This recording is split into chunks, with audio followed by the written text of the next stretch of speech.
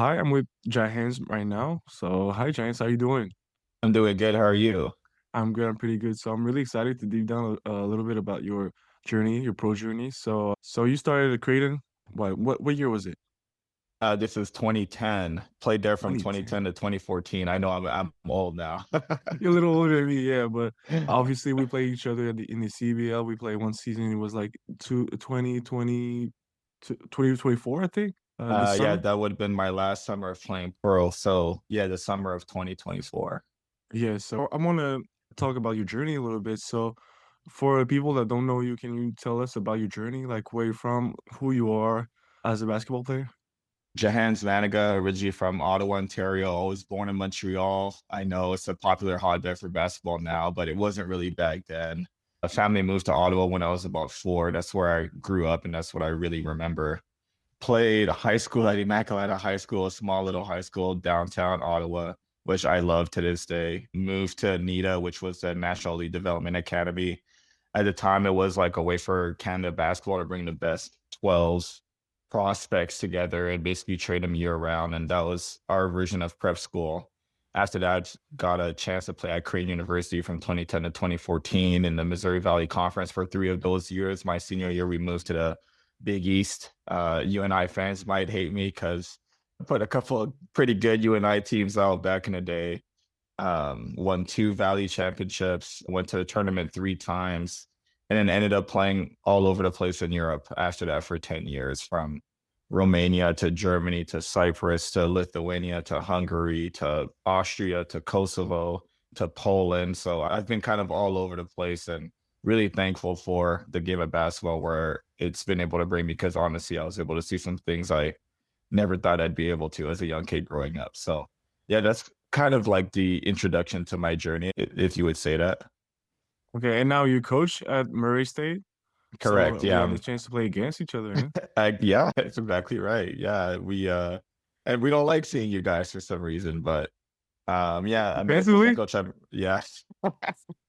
I'm an assistant coach at Murray State now after doing 1 year of being a grad assistant at Creighton back where I played last year. Our assistant coach there, Coach Ryan Miller, who's been an assistant coach at Division 1 for about 20 some years now, finally got a head coaching job here at Murray State and asked me to come along and help him, you know, build the culture and create a family atmosphere, the same kind of things that we had at Creighton. And this was year one, pretty good year one for, being first time head coach and me being a first time assistant coach and bringing our staff for the first time all together. So we're looking forward to some big things. Nice. I'm happy that you're still doing your passion and you coaching it. And I've seen you on the sideline and you're coaching really well. Like, I like your energy and I like how you talk to players and how you Mhm. encourage them on the warm-ups. I know it was just the warm-ups, but like it shows the passion that you have still with the game of basketball. And what's Okay, funny so about you is you see me as like a teammate, basically, and then now you're seeing me as like an opposing coach. It's kind of interesting for you to say that. I feel like my personality hasn't changed much, as I just had to channel it into a different avenue, which is coaching now. But I feel like I was the same way as like a player, as trying to be a leader. But I've had plenty of compliments like that this year. So that just kind of lets me know that I'm on the right path with what I'm doing. So I do appreciate people like you who notice that and kind of give me that compliment. It just gives me more reason to keep going, I guess. no, it is. And you are the same person. You were doing that as a teammate. You Yeah. were helping me, you were talking to me, having a leadership. So it shows a lot that you're in the right place for sure. Thank you. So let's go back to Creighton. So after Creighton, when did you realize playing professionally was a real option? Honestly, so the rules are so different back then. In this day and age, agents and you have people in your ear all the time. But back then, really, it was like a sacred thing where like agents couldn't talk to you until your very last game, pretty much. So for me, especially in high school, even before I got a scholarship, I'm the youngest of 4. And I had always promised my parents that I didn't want them to pay for school. I saw them pay for my oldest brother, my second brother, who's now the head coach at Brock University and back in St. Catharines, Ontario. They paid for my sister to go to school. And I also saw my siblings work through college to help my parents pay as well. So I just always was like, I don't want you guys to do that. So getting a scholarship was a huge motivating factor for me. So really and truly, basketball, as far as I was concerned, was to go to college, use that as a way to get my education for free and just kind of see where life takes me. But We lose to Baylor my senior year, and all of a sudden, like literally an hour after we lose that game, my Facebook inbox is flooded with agents telling me that I have the right stuff to play professionally. So that's where the curiosity kind of began. And I kind of wish that maybe like sophomore year, I could have heard that from those agents because it probably would have given me more motivation to just keep getting better and all that stuff. You thought you'll be done, like, after your Yeah, senior year, thought I got a psychology degree. I really thought, hey, I'm gonna be a counselor in one of these high schools, kind of help kids that look like me kind of move forward with some of the issues that we're facing sometimes. But yeah, that's what I really thought it was gonna be. And by mid-April, I realized, oh crap, like I have a ton of options to still play and play overseas. And if I play at a high enough level, who knows if I'll be able to come back. So then that became the motivation. And then we turned into 10 years of grinding and meeting people and loving my journey, going through it all in these many very different settings and just understanding basketball in a totally new way. And that also helped me want to become a coach later on because I learned so much. And there's so much that I'd like to give back now to the kids who are coming up like you, who you're on your way to being a full time pro. So I just think there's so many lessons that I can teach that I've learned overseas. So that's kind of how it all went down. and, like, what was the process? So, they DM'd you? They just talked to you? So Yeah. and what was, like, you chose one agent?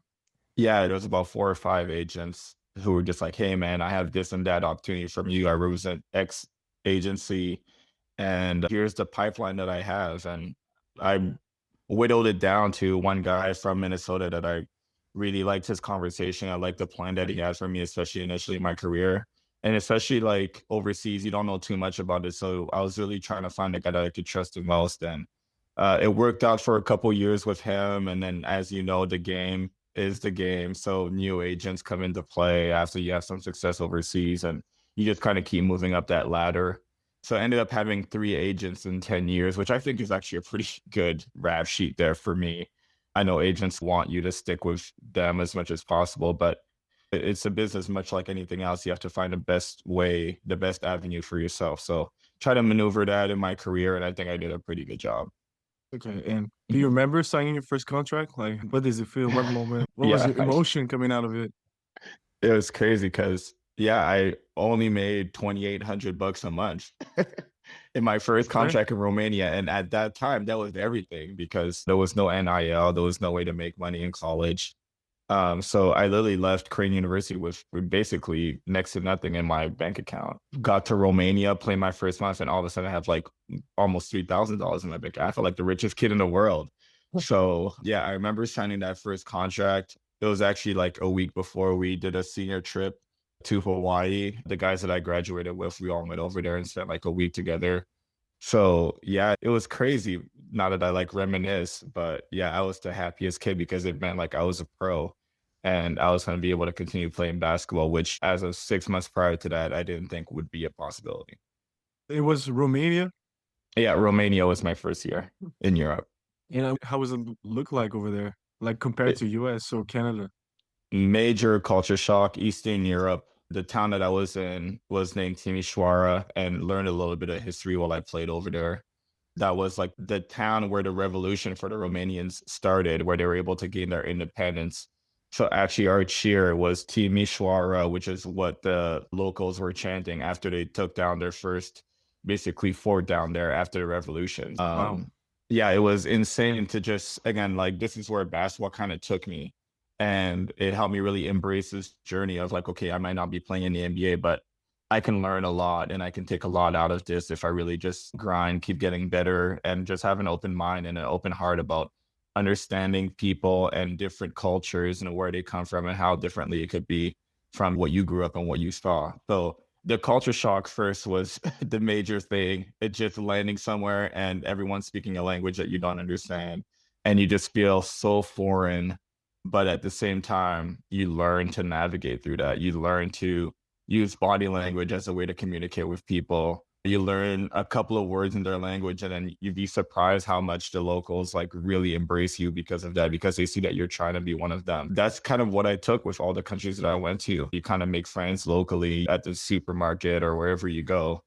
you're trying to learn their language as best you can. And when they see that you're trying to interact with them, they get really friendly with you and they really want to push for you because you also represent them. You represent their local team. So it's kind of a give and take there. I've seen it go the other way where, I have some American teammates who don't want to learn the language at all and do not want to acclimate to their culture. And the people reject them. And that's just kind of the way that it is. Just You kind of gotta learn not to do adjust. that. Oh, yeah, absolutely. You have to adjust. So, what do you think was the biggest adjustment that you had to do?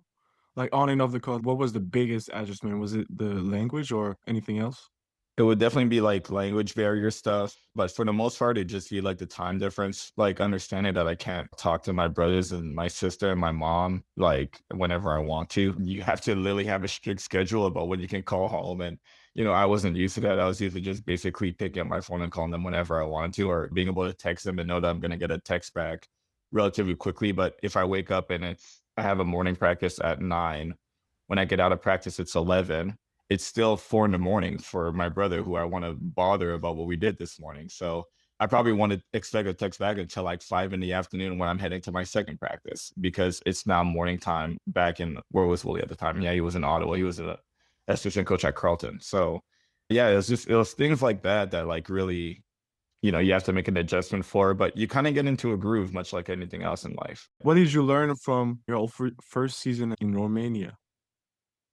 On and off the court, I think the business of basketball, really. Like that first year, because when you're in college, especially at that time, like I said, no NIL, there's really not as much ego as I see in the game right now. And for obvious reason, like guys have a chance to get paid. And honestly, I'm all for that. Like I'm very happy that our kids are able to make some money while in college right now because I've always felt like, that's something that should have been happening for a really long time. So the difference back then was that first year really hits you hard because there's a business behind basketball. And what I mean by that is a GM coming down and saying, like for me, hey, don't play the rookie so much because he's actually at the bottom of our pay stub right now. And we have to justify why we're paying this guy $8,000 a month as opposed to this rookie that we're basically paying $3,000 a month to. So that happened to me my rookie year.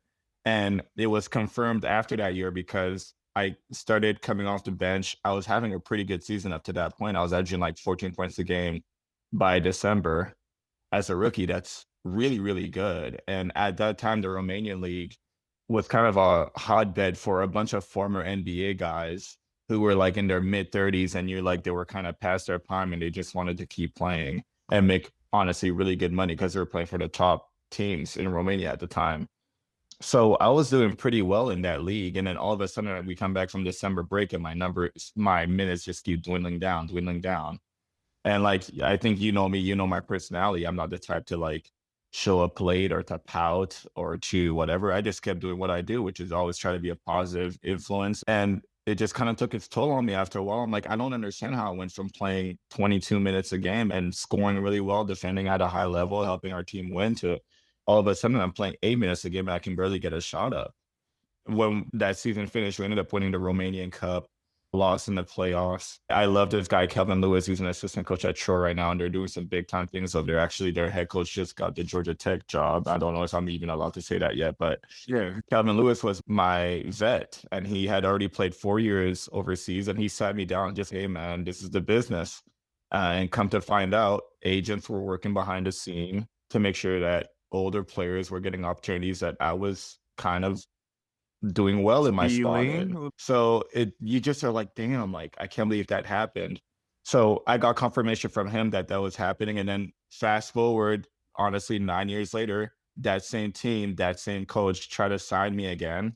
And that coach sent me with a long email explaining how his hands were tied behind his back, how he loved playing me, but he knew at that time that he couldn't play me as much because he had to play the vets that they were paying more money to. So Wow. it's like you learn the business behind the scene of basketball and you're like, okay, I have to learn how to maneuver in a different way. Like I have to learn how to play this game in a different way, which is get what I learned a couple of years later. I need a super aggressive agent. My agent was really passive at the time. And in my opinion, didn't stick up for me in those types of situations. So it's okay if I'm not going to be the hard ass, I need my agent to be like, if I'm not going to be the one showing up at practice and like raising hell because of whatever is happening in that business, then I need my agent to be that. So you just kind of learn that. And now that I'm a coach on this side of it, I try my best to just be as truthful to the players as possible because I've been in that situation. It really hurts players when you're not truthful with them.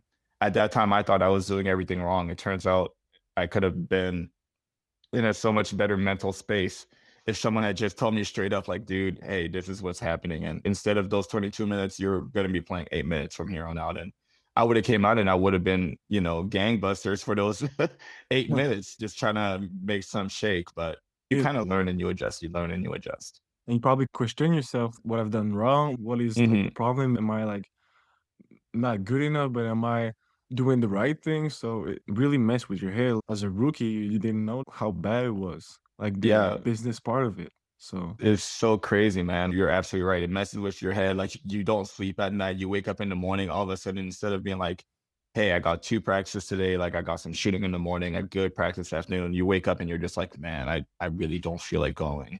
But this was another challenge for me as a rookie. Like, hey, you gotta look at yourself in the mirror. Are you gonna be the guy that pouts every day and acts like he doesn't want to be there? Or are you gonna show up with that attitude that you know that you have, which is to be the best leader that you can. And even in a tough situation, show up and show out and then go home and take care of business that way. So, that was also a teaching point for me to be like, no matter what situation you are, you have to be the same guy every day. You can't allow what's happening in the business side to affect who you are as a person and who you are as a basketball player. So, learning lessons all over the place. I love it. Mhm. So you played 10 seasons. Of course, we cannot go over all 10s, Yeah. but overall, what allows you to last that long? Because a basketball career is 5 to 6 years. How did you do it? Love this thing, man. Basketball, it brought me into many situations that I never thought I'd be able to experience. And the more that I understood that, the more deeply I fell in love with the process of getting better, staying in shape, being the best shooter that I can be, being the best leader that I can be. It was a deep love for the game. And then during that time, I kept calling myself the people's champ. Any Instagram post, I would put the people's champ because I realized after like my third or fourth year that my local team hated me, or loved me, sorry, but everybody else in that league hated me because of the way I played. I would take charges, I would dive on the floor, I would get the crowd fired up. And especially in Europe at that time, it was a culture of like, hey, don't show me up. I don't care if you do whatever. You can make a three, but don't do the three hands or whatever. Don't look at the crowd. Don't do any of that stuff. And I got a lot of hard screens set on me because of my personality and how I was. But that was a culture in Europe. You don't do that to people. And I It's remember still the my same? first no, it's changed over years because obviously, like, you can't help the movement. Everybody started doing stuff like that after they made shots, so it just became part of the culture. But at that time in the early 2010s, you couldn't do that. You couldn't show people up. And actually, that first coach in Romania told me straight up, dude, you're gonna have hell playing in Europe because guys don't like guys yelling into the crowd and taking charges. Like they're gonna hit you harder and harder. And I remember I told him, like, I'm just gonna keep doing it because like I can't help it. So I fell in love with the process of being as good as I can and working my tail off in the summer and always coming back the next year with a new and improved skill that I can add to my game that the team that just signed me maybe didn't see on film the year before. So that's how I did it, man. And obviously I had a strong support system with my family and my fiance who I'm gonna get married to here in May. And even Congratulations. like her, yeah, thank you. And even like her family in these like past couple of years when I was dwindling down in my playing career and transitioning to my coaching career, like they've been a big help too. So it's a lot of it was just passion for the game of basketball. And then, just my support system through my family and my now extended family. Oh, okay. Love to hear that. And the support that you have behind, do you think it was a big plus in your journey? It had to be, man, because like I said, there's some days where you doubt yourself, like especially my rookie year. If I didn't have my brother who had also gone through basketball kind of tell me, hey, bro, relax. This is how these things go sometimes. You just have to fight through it. My oldest brother, who I always kind of looked up as like basically another father figure for me, he really like put me on game too about the business side. He didn't really understand as much about the basketball side of what I was going through. But from a business standpoint, he just was just like, hey, you got to be level headed. You can never let him know your next move. This is chess, it's not checkers. So he kept me grounded there too. And then my sister, who's basically unconditional love, she didn't care what the scoreboard ever says. She was always my biggest fan. And she always told me I could just go out there and kill him if I want to. So having that support really helped me big time. And I'm thankful for that looking back on it. So you play 10 season. What was like the resources that you can have? If you want to talk about it, like the payments or Mhm. the like, did you have house, like the meal, like over the 10 season, how they look like? So the biggest fear in Europe is getting paid on time. That's the number Oh, one fear. Like we've heard horror stories about guys playing 2, 3 months and still having seen a paycheck, hoping that they could stay the team's good grace and that hopefully it all shows up at the end of the year. I'm thankful enough that everywhere that I played, I pretty much have had my paycheck on time at the end of the month, like it was supposed to. So from a financial standpoint, obviously I mentioned like where I started off and you just keep building from there as you kind of build a reputation. More and more teams are interested in you, more and more teams are watching, the more countries you play in, the more eyes you've had on you. So you just build those connections throughout. And then next thing you know, a team that you never thought would ever pay you any mind is offering you a contract for the following year. So financially, it kind of made sense for 10 years. Unfortunately, COVID kind of messed a lot of that stuff up coming out of the pandemic. A lot of teams in Europe are sponsored based budgets. So those sponsors who lost a lot of money during the pandemic were not trying to give as much money to teams in order to support the program and the league and all that stuff. So coming out of the pandemic, it was really, really difficult. But prior to that, I was making some really good money over in Hungary, over in Lithuania, playing in those countries, I should say. So it was really good. I kind of wish that the end of my career didn't happen when it did because financially things were going really well there for a while. But you live and you learn. Like I said, that was another thing that I had to learn to get over. And from what I'm hearing right now from my friends who are still playing overseas, the money's back to where it used to be. But where my career ended, which was my last 3 years, financially, it wasn't as good as it should have been. But obviously the pandemic has a big part to play in that. and did they offer cars or the rent? Yeah. So basically, your apartment and your car was essentially paid for. Your taxes in that country were paid for. So what you would get at the end of the month is a large lump sum taking out of after all of that stuff got taken out. So when I say I made like $3,000 a month, that's basically what I would see after taxes were paid for, apartment was paid for, car was paid for. So really and truly, like you make a lot more, but the team takes care of you from that standpoint, so you don't have to worry about it. So yeah, that's pretty much what most contract are structured as. And in like my best year, I was making like 9,000 a month, and that was after all the taxes. And especially like us, we're Canadian, right? I'm getting paid like 9,000 euros. So like in Canadian dollars, all of a sudden I'm seeing $12,000 show up in the account. It's like whoa, like I'm the richest guy in the world. Especially like I said, no NIL coming out of college, and like you have to work your way up in the game. So yeah, I had some really neat experiences. I was able to take care of a lot of family stuff during the pandemic too, because I had enough of a war chest there built up after a couple of years of playing. So I'm super thankful for my career and my process because it wasn't the most glamorous thing in the world, but it helped me build and continue to develop tough skin that was going to help me through this game of basketball. Now that I'm a coach, so. Nice. And Mhm. what do you think would be the best moment in your career that you will never forget? Wow, a couple of things. College career, obviously winning 2 championships in the Missouri Valley Conference, 2 Missouri Valley Conference tournaments, 1 regular season championship. I helped Creighton move from a Missouri Valley team to a Big East team, so I'm always going to be grateful for being around the guys that I played with and for us making that happen as a group. As a pro, my very first year, I won the Romanian Cup. I always trying to find ways to win. I won an MVP in Lithuania in the Baltic League. It was called the BBL back at that time. So that was the first time that that team had won a championship in its history, and I was the MVP. I think that was in like 2017, 2018. And then like my niche in Europe was like always I was going to like a team that was striving to make the playoffs, which means not always the best budget going into against these like juggernaut teams that are playing EuroLeague and all that stuff, and always finding a way to make playoffs and like really scare teams. Maybe I was a 7 seed one year and we scared the hell out of like a 2 seed because we brought them to 5 game and it was an elimination game and they had way more budget than us and we had we were like this little tiny David versus Goliath story. We were always the underdog. That's like where my niche was. I just always found myself playing for those types of teams. So again, it was always about like always playing with a chip on my shoulder, always feeling like the underdog. And that's why I call myself the people's champ is because I really try to rally around the locals.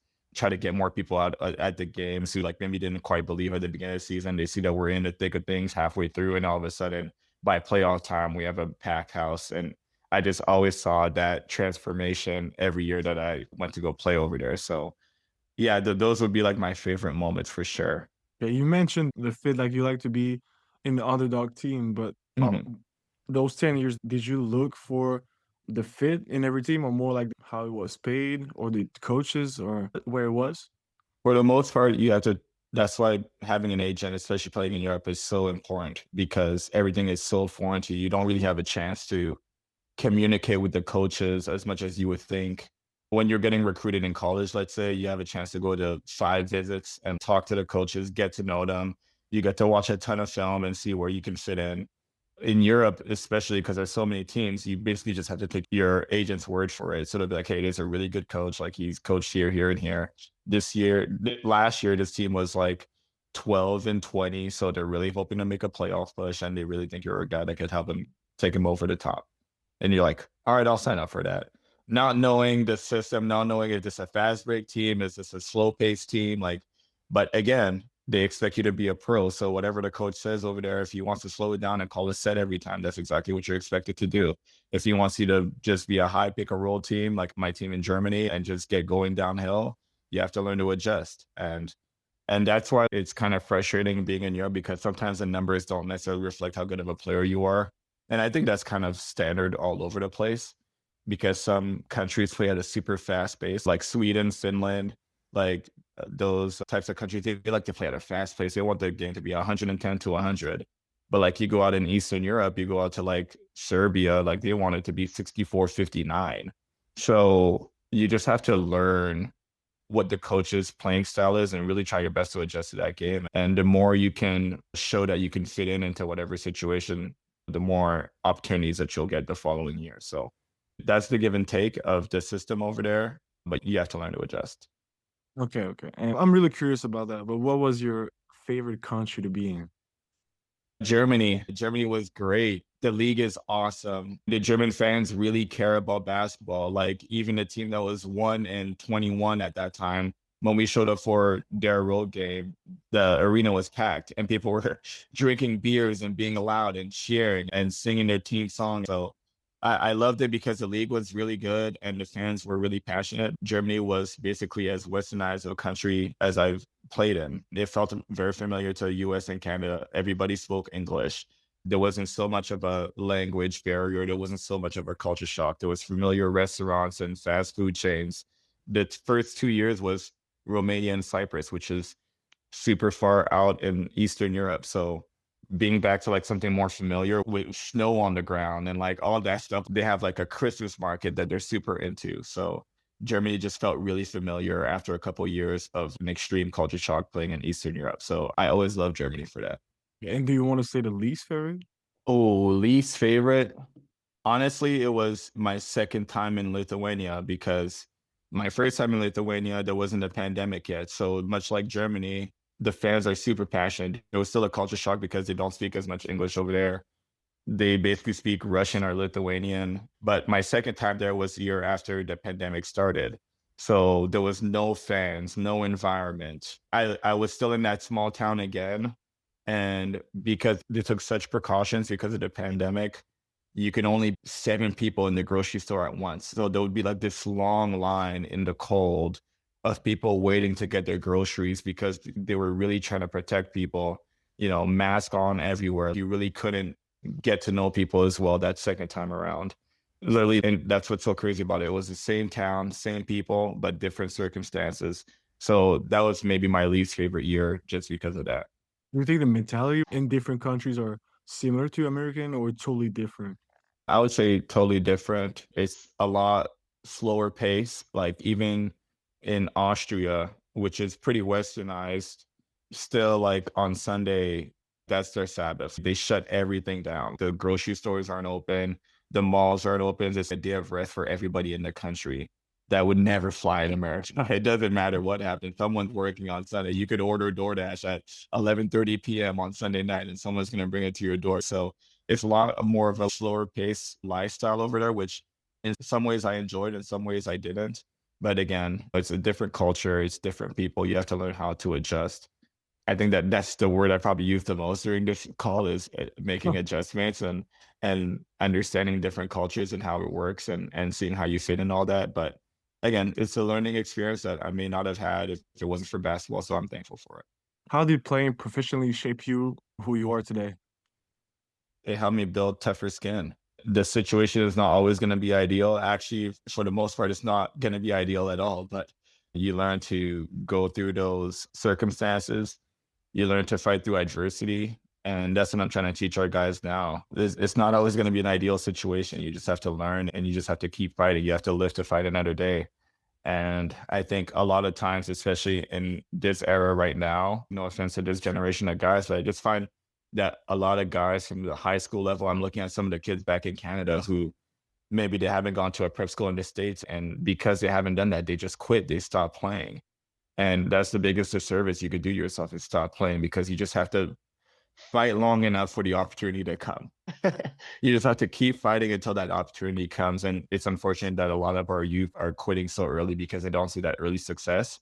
I think we're in a generation where instant gratification, unfortunately, is the mantra. And a lot of kids who don't get that instant gratification, they don't fight through that adversity. So it's super unfortunate. And I want to help those kids understand that you have to just keep fighting until you get that chance. You just have to keep playing until you get that chance. And you have to have faith that that chance is going to come as well. But yeah, that's really how playing overseas kind of shaped me to be the coach that I am right now. And obviously, I'm still developing and understanding that aspect of who I am too. So I'm very much looking forward to what the future holds. Do you think basketball gave you discipline? Like, what basketball really gave you? The fact is, basketball kind of just reveals who you are. That's what I've learned. And as far as the connections that I've been able to make through this game, like I can't say that I'd be married this upcoming year if it wasn't for basketball. I met my wife when she was a volleyball player at Creighton back in the day. And I didn't know back then what it was all going to flourish to, but now we're about to get married and start our family. So could I say that I would have had that without basketball? Who knows? My best friends are the guys that I played with in college. Those are the guys that in a crazy moment, I can call them and they'll pick up. Would I have had that without basketball? I'm not quite sure. I got a chance to see monuments, and I'm not even a sightseeing guy. Like, I actually don't really like that part, but I got a chance to see a whole bunch of stuff around the world that I never thought I'd be in a little 3,000 people town in Lithuania for 7 months. But basketball was able to bring me there. And I was able to gain a new experience because of that. So yeah, man, this thing that's why I'm still so passionate about it to this day. And I saw where I was and I saw where I wanted to go. And the one thing that brought me there was playing this game that I love and now coaching this game that I love. So I'm forever grateful. And you really build a brotherhood through basketball. And you and I are talking to this day because basketball brought us together. Exactly. Like from being teammates in Montreal to being adversaries in college. And hopefully a friendship continues to grow for wherever what your future holds. And I'm very proud to say that you're my little bro. And I saw you grow up and all that stuff. It's really cool when you make these connections and you make these friendships and you see people have success. It's really cool to see where they came from and where they're at now. So that's what I really love about this game. And that's what I'm going to continue to love about this game. I love your response. Wow, it's really powerful. I love it. Um, what advice would you give the players trying to go overseas today?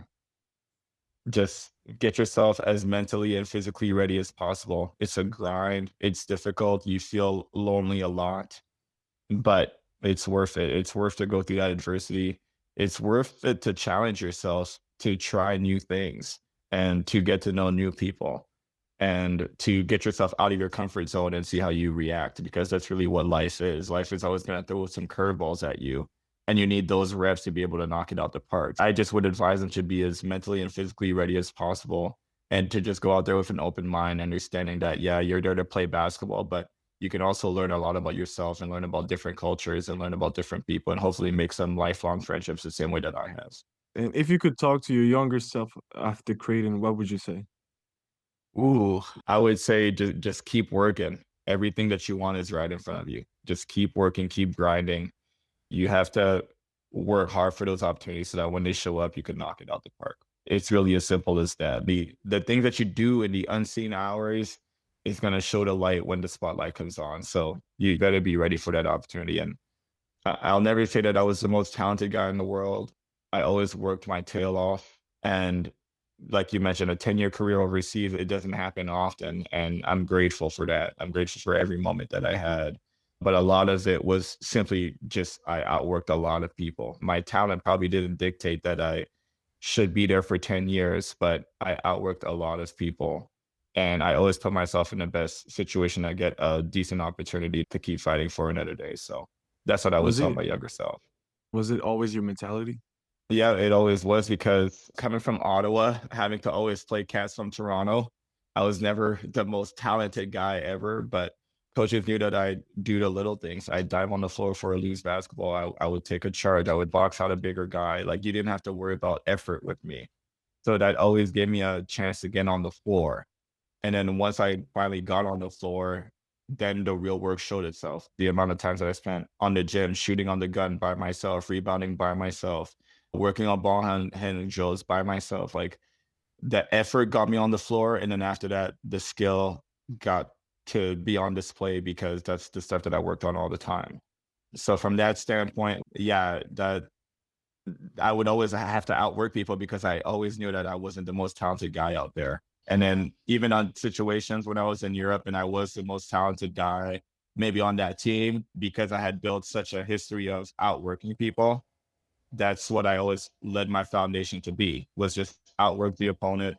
Even if you're more talented than them, if you outwork them and you're more talented, there's no way that they can catch up. So yeah, that's always been my mentality since I was in high school because I was realistic with myself because I knew what my limitations were, but I never wanted that to hold me back. No, I love that mentality for sure. Mhm. Okay, and I like to finish with a question that I ask everybody. So, when you hear "beyond the contract," what does Um, that I, mean to you after 10 years of career? I would say it's the relationships, it's the friendships, it's the Calvin Lewis's of the world that helped me out my rookie year. It's like the Payne Sivas of the world, who's an assistant coach at Louisville, his alma mater. Played against him a bunch in Germany, and we kind of formed a friendship off of that, literally because he didn't know me. I didn't know who he was prior to us playing. After that game, had so much respect for each other that it turned into a friendship.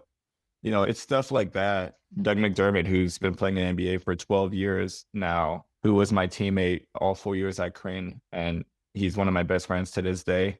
It's guys like that. And I'm mentioning names that you might know, but it's also a ton of people that you might not know behind the scenes who just always lended some support, a friendly word of advice, or when I was down, they were there for me. So that's really what it is. It's the relationships, it's the bonds that you form through this game of basketball that makes everything so worth it. And it helps you build your character. It helps you build the person that you are today.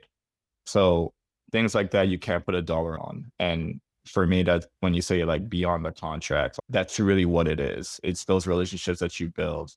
It's the people that you get to meet. It's the experiences that you get to have. And all of it is surrounded because you picked up a basketball when you were 7 years old and you never let go. So yeah, that's really what it is. Wow, thank you so much, Jahenns.